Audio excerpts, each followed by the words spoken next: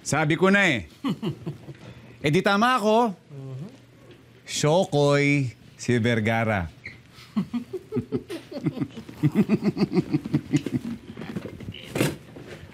O sige. Para matigil na yung pagbubulungan nyo. Oo, bading ako. O, may problema kayo?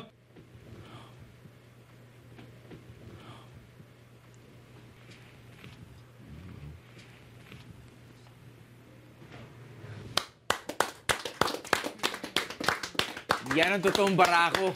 Umaamin sa totoong pagkatao. Alam mo? Ako pa. Yung tubero. Siya si babe mo, no? Pare, walang masama doon. Magkumpare pa rin tayo. Pare, kahit na maging bakla, tomboy, butiki o baboy ka, magpare pa rin tayo. Pare, congrats ha. Nakapag-out ka na rin. Salamat, pare. The best ka talaga.